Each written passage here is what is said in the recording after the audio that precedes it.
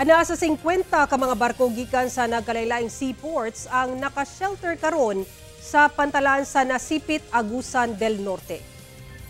Gikan sa nagkariyang laing seaports sa Caraga Region ang mga barko nga gi-shelter sa mong pantalan aron malikayan ang dakong epekto sa bagyong Tino.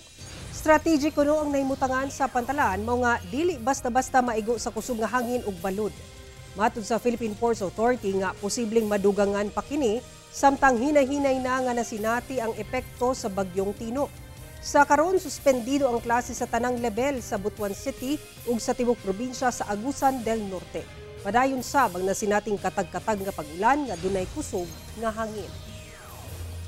Among preparation diri sa Nasipit, okay naman karon kay naghatag na mi og si travel advisory sa kuan para kung sino tong mag-take shelter kay nag-cancel mi sa mga biyahe tungkol sa aning severe tropical storm na Tinyo.